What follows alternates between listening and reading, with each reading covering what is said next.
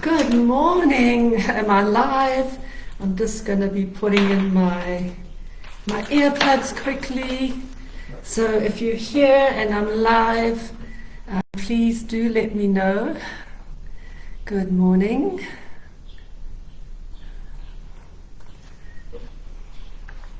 My first Facebook Live in a while, so I had to get used to it again. I keep saying this, and you would think by now I'm used to it. Okay, plugging in.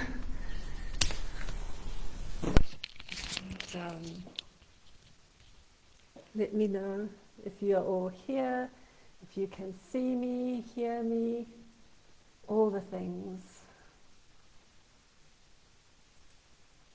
Hi Marlene, you are here. Lovely seeing you. It's always awesome to see old tribe members, old friends, many of you who are old friends, and new ones. So I'm wondering who's going to show up here today and who's going to be new. I'm talking about taking a break in December, and for a lot of you, you're going, oh no, that's impossible, especially if you're still like deeply in the habit of drinking. You're probably going to think, can't do that. That's impossible. This is the worst time to do this. And I want to share with you this morning why this could potentially be the best time, and why there's so much potential for growth, and why the potential for growth is so enormous when your brain tells you you can't do something.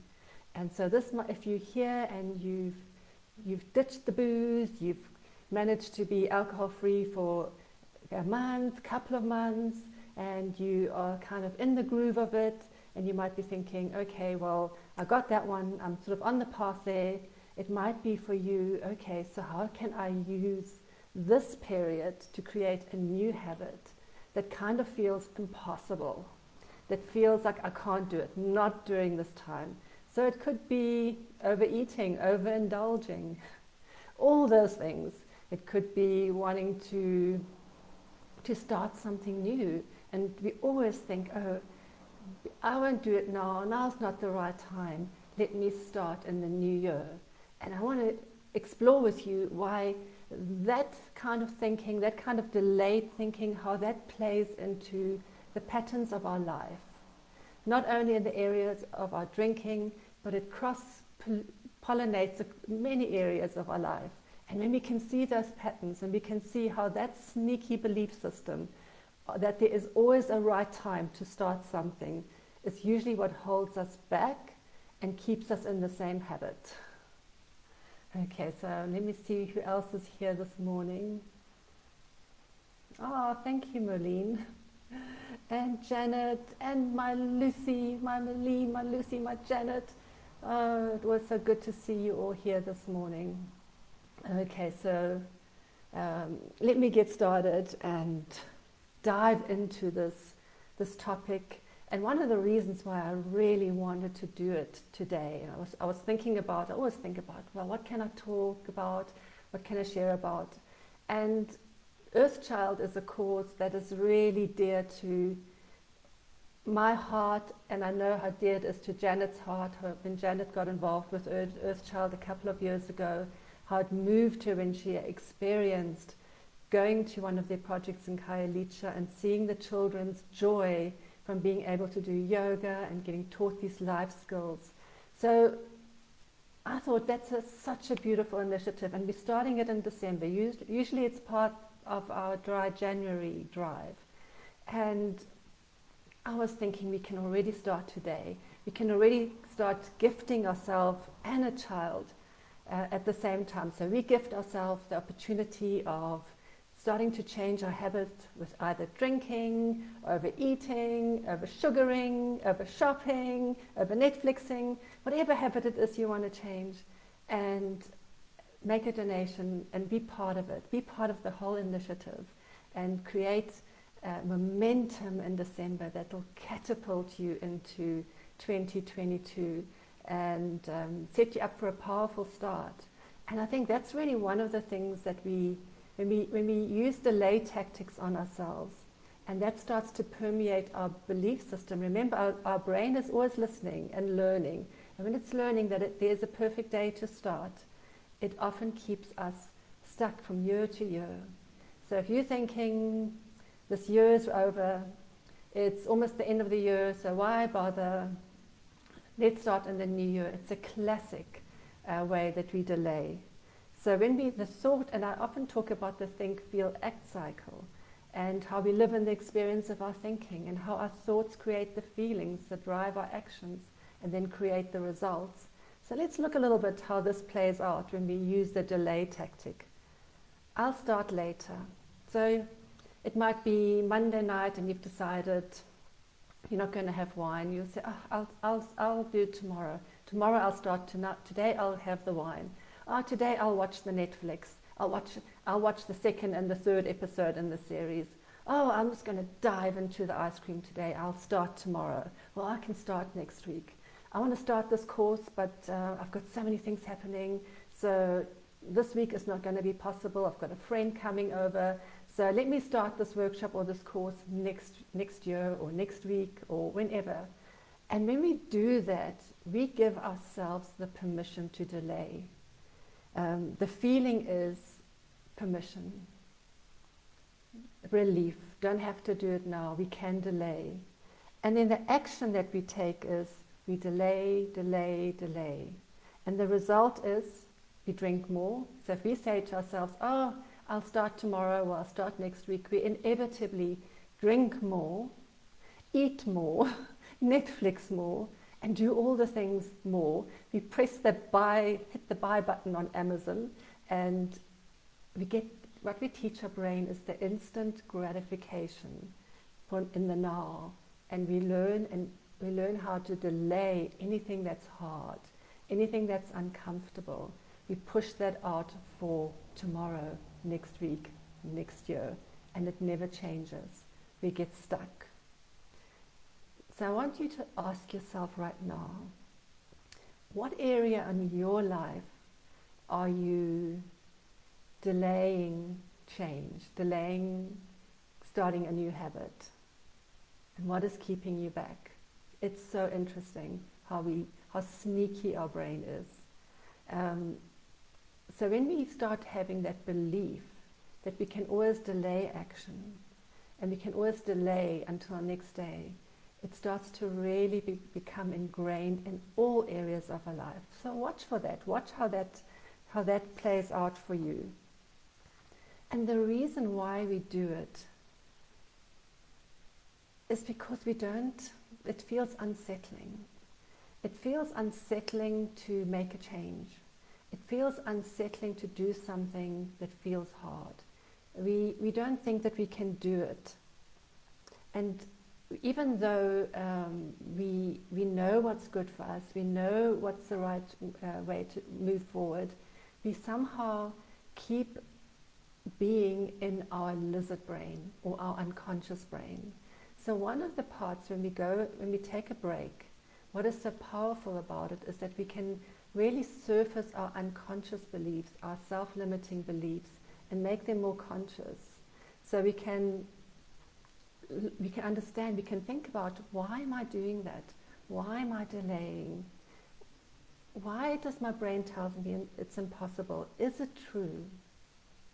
And when we can disprove our brain, it's liberating, it's empowering, but we don't want to because it's unsettling. I mean, I know one of my clients once said to me, well, if I can't trust my thoughts, then what can I trust? And I'm like, no, that's the wrong question. The question is really, which of my thoughts are serving me and which ones are not? And my subconscious, my lizard brain, has had learning, and the learning, if it is delay, delay, delay, will always be what the lizard brain will promote. So when we want to bring in our higher brain, and I say it's a higher brain because here it sits, our prefrontal cortex, our watcher, we want to be able to distinguish between what's in the subconscious and what is in the conscious. So what is my subconscious wanting? My subconscious is always wanting to get away from uncomfortable and get to pleasure and do it with the least energy involved. My conscious is saying, maybe that's not the best. Maybe it's good to get uncomfortable. Maybe in the uncomfortableness, that's where the growth is. That's where the opportunity lies, because when we can do something uncomfortable, do something hard, we teach ourselves that anything is possible. I used to say to myself, it's impossible to do hard things. And now I know, by saying to myself, I can do certain hard things, and I've proven it to myself, I'm like always amazed. And I would say to Johan, can you believe I just did that? Can you believe I just did a Facebook Live? Can you believe I completed my coaching certification? Can you believe that I'm actually coaching people now? Can you believe how my life has changed when I decided one December to make the impossible possible? And I decided to put things on its head. When my brain is telling me it's impossible, now's not the right time, I catch that thought. It's a thought that I know does not serve me. So it's going to be unsettling. And that's often why we don't want to make a change now. That's often why we don't want to. That's often why we want to delay. And so we want to be able to separate it. We want to brainstorm. We want to know what is going on in our brain, and then a whole world can open up. Learning this skill, you can carry it through to all areas in your life. It's such a meta skill. Now, it's not just about proving to yourself that you can do hard things or that you can not drink in certain situations. Because I've had this come up as well, where clients will say to me, well, I proved to myself I can do a dry January, so I've got a handle on my drinking. And I'm saying to them, well, was it good? What did you learn? No, I just learned I could prove to myself. And I ask them, did you have fun? Did you go out? Did you socialize? And it's usually, yeah, but I didn't really have that much fun. And it actually came up recently with a client where she was saying to me that her date nights are fine now without drinking. So she and her husband, one of the ways they always would connect is they'd go for dinner and then they'd have a beautiful glass of wine or two, and then she would have too many, which she often forgets about. And it would end up with her sometimes falling asleep on a plate of food. And that was me also. And however, what was so interesting when I said to her, so how was your date night? And she said, oh, it was fine. I'm saying, tell me more. Was it great? Was it good? Was it fun? She was like, yeah. And I asked her, well, would you say it was more fun not drinking on your date night, or did it have been more fun drinking? And she was like, hell, it would have been much more fun drinking. You would have been less boring and we would have had much more fun. And then the truth starts to come out. When we still believe that we can do dry January, but it's boring, or it's not really that much fun, and that drinking is still so much more fun, well, you're going to go back to drinking. You're going to say, I didn't done that, but now I want to go back to drinking. I've done dry January, I've done dry December now maybe, and now I want to go back to drinking. I just want to drink differently. Can't you teach me to moderate? That's a big one I get. Can't we just moderate?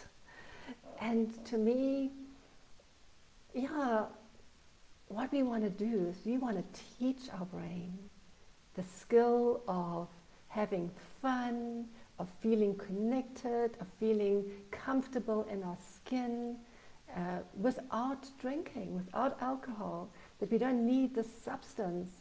It's sometimes I say it's almost like we have this tool belt around our waists, and in that we have all spaces for different tools, but the one go-to tool that we always go to is alcohol. We think alcohol makes everything better, and what we've got to do is we've got to find a way to access different tools. Take out that alcohol, put it away for a while, maybe, and if possible, forever, why not? And start bringing in other tools that we can put in, and we say, okay, how can I make this more fun tonight on my date night? How can this be easy? How can this just be easy to be in my skin? How do I do that? How do I learn that? But so often what we do is we believe that it's not going to be fun, that it's going to be hard, that my life's going to be over. And Janet spoke so beautifully about that in last week's Facebook Live. So have a listen to that as well.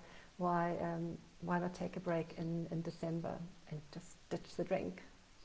Why not do a dry December? And I'm saying the same. Why not do a dry December? But here's the thing, the power of our belief.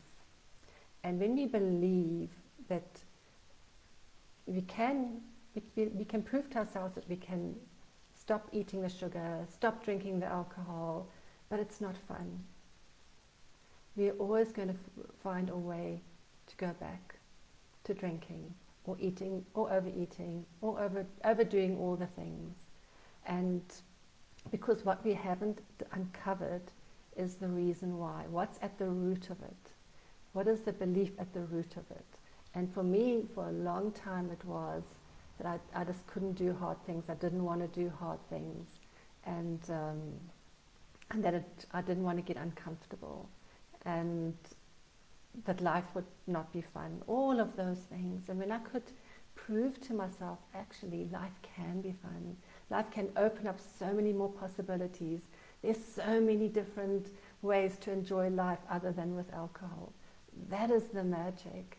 That is where everything opens up for us. So it's really powerful to start questioning our thoughts. And the next thing I wanted to talk to you about is why I believe failure and teaching the skill of learning how to fail is another important part of the puzzle. So often when we decide to start something new, to go to bring in a new habit, to start a new project, and I always say that ditching the drink is part of the project of creating the new you, creating the future you that you want to be proud to be, the future you that's like waving at you now. She's already waving at you from January. If you do these certain steps, how amazing are we going to be in January if we don't wake up in January feeling flat, fat and bloated and demotivated, and now we've got to pick ourselves up, and what if we just wake up on the 1st of January, we feel fitter than ever, we feel healthy in our body, and we can catapult ourselves into this 2022 already feeling like we've got this glimmer of hope, this glimmer of belief that we can do hard things, that we can prove to ourselves that we can have fun and all the things. However, the third part of the puzzle really is failure. We say, that sounds great, but what if I fail? And for many of us, what we learn from failure is from our past. And what we learn is, I did that, wasn't fun. I did that, started drinking again. I did that, and it just didn't work. I tried that, didn't work. And what we don't get is we don't get the learning. Sometimes we even say, did that, tried that, okay, well, let me try it again. But without the learning, it's not very helpful. Change is going to be so much harder. So when we look in the crystal balls, if you look in your crystal ball of your life and do you look at it in terms of the past, or the past things that are in there, and all the past things that happened, or do you look in that crystal ball and say, what is the future possibility? And how do I do that? How do I learn to make those things happen versus what doesn't happen that keeps us stuck in the past? So I always say you can't outrun your past. You can't move into the future when you keep looking back. You've got to look forward. And part of that is learning how to fail. And learning, like Edison, that quote from Edison, I think it was attributed to Edison, when they said to him, how did you just keep going, to create this light bulb? And how did you manage to overcome 10,000 failures? And he said, those weren't failures. I just found 10,000 ways how not to do it. So if that's you, just find 10,000 ways maybe how not to keep going back into the drink, and how to go into the future. Find, rather than thinking about, oh, that wasn't fun, what can I learn? Why wasn't that fun? How can I learn to make it more fun next time? And we get into that beautiful possibility. So that's what I want to leave you with today. And I hope you found it useful and helpful. And the most important part that I want to just really leave with you is that when we're talking about doing a dry December and starting this path of ditching the booze now, and it feels so impossible when we are stuck in a habit, and especially if you feel it's impossible, I want you to start believing that it could be, because doing hard things that feel impossible is a skill you can learn that will change everything for you. So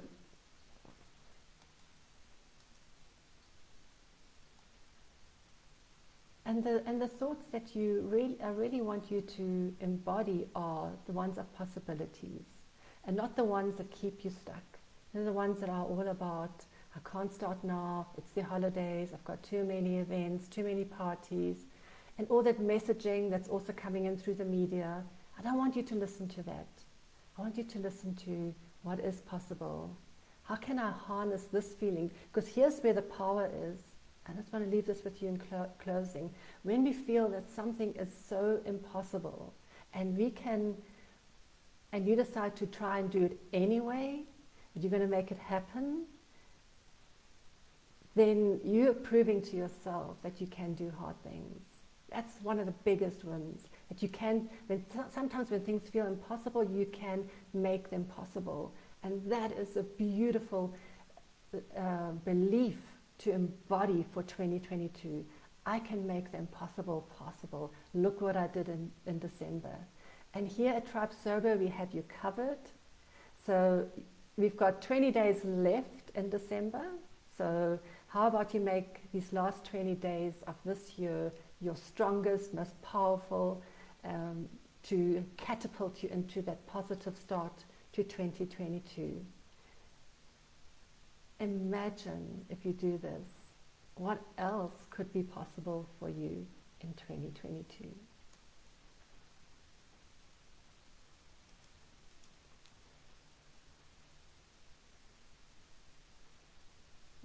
Let me just see who's commenting here. Let me just go through. Oh, I just love it. Love seeing all your comments. Yeah, Earthchild are wonderful. This is our excuse. We need to give ourselves a reason. Yeah, if you need to give yourself a reason, Earthchild is your reason. Don't delay. Yes, Lucy. As Lucy says, don't delay. I don't know what the JF, what it all stands for, but knowing Lucy, it could be quite interesting. Hi, Susan. Hi, Susan, Sue, I love seeing you here too. Yeah, Melina saying, I'm such a creative excuse maker, aren't we all? When you find yourself making an excuse, question it. What is it that I'm wanting to delay? Usually it's an uncomfortable feeling, and that's all it is. So what is the discomfort? And what if I can prove my brain wrong? Yes. So become the creative maker instead. I create, make that the belief.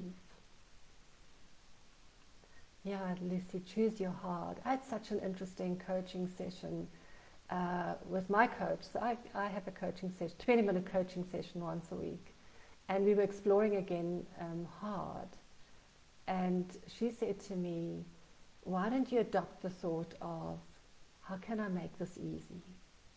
And it was such a huge shift for me. And that's also part of the reason why I love the Think, Feel, Act cycle. When we get to understand that all our thoughts create our feelings, drive our actions, and that's why we get our results.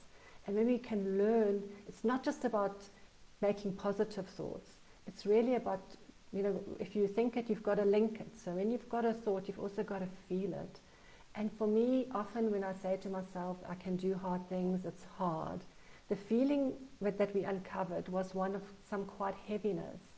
And when we were able to turn it around to, How can I make this easy? Your brain shifts. Your prefrontal cortex loves questions and finding answers. So how can I make this easy? Wow, that was such a big shift for me. So how can you make this easy? So it might feel impossible to take a break in December, but how can you make this easy? And I can tell you one way to make it easy is to just click into Tribe Sober. If you're not a member, become a member, become part of the Dry January and Dry December initiative. Get the support.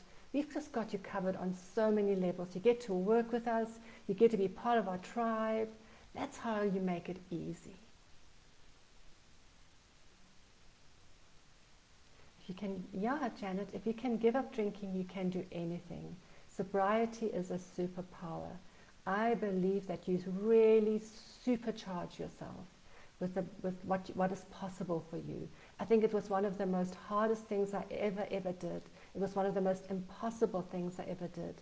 I never thought I would ever be able to stop drinking. And all I ever wanted was to prefer not to drink. When I started on the whole journey, I just wanted to prefer not to drink. And today I can tell you with all sincerity that I have zero desire to drink. Even when my best friend is pouring beautiful French champagne and it's bubbling all over, I have zero desire for it. When I'm watching the most beautiful sunset in Mauritius and everybody's drinking their champagne and their sundowners, I have zero desire for that. I'm just so happy to be in the moment and breathe it all in. So, my peeps, I love you all. If you have control of your drinking, who is control of you? If you have to control your drinking, who is controlling you? Or who's controlling who? My gosh, my eyesight.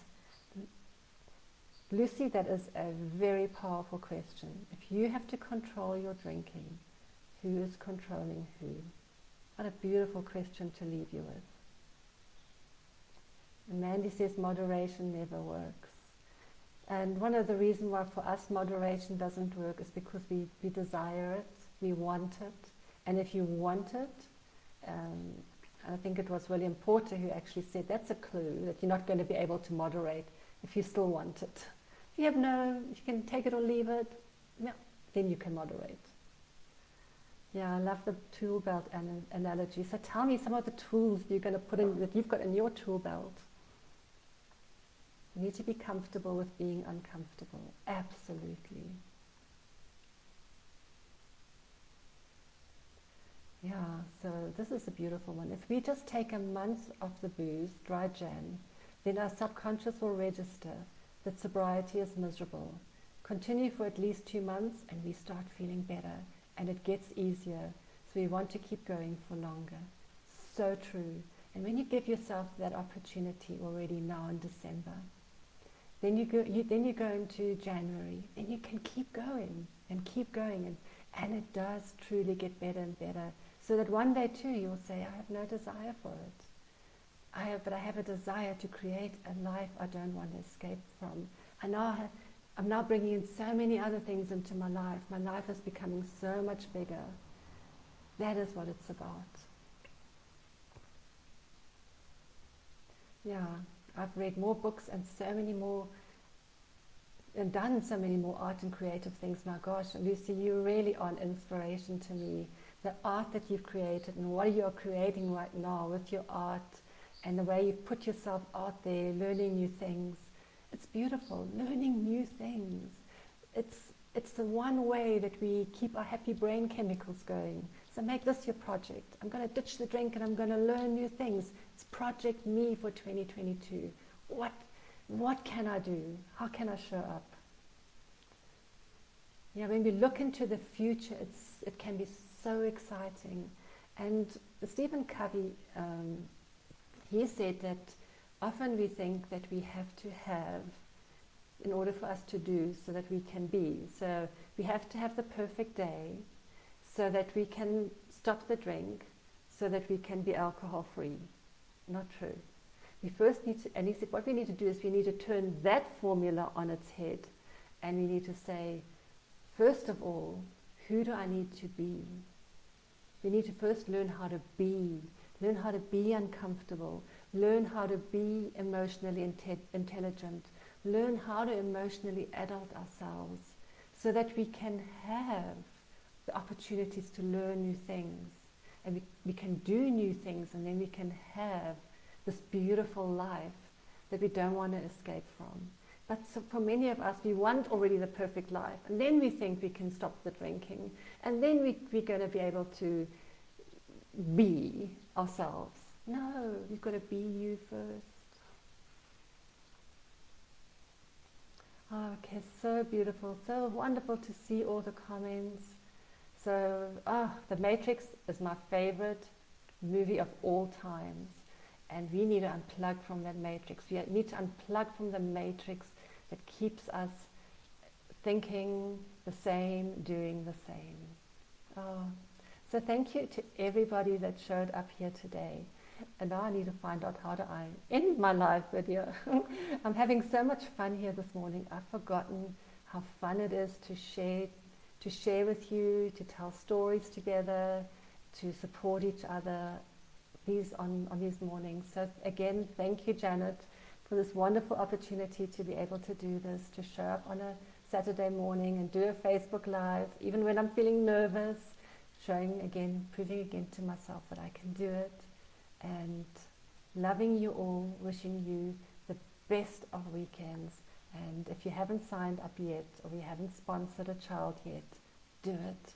It's going to give you happy brain chemicals on all levels. Bye.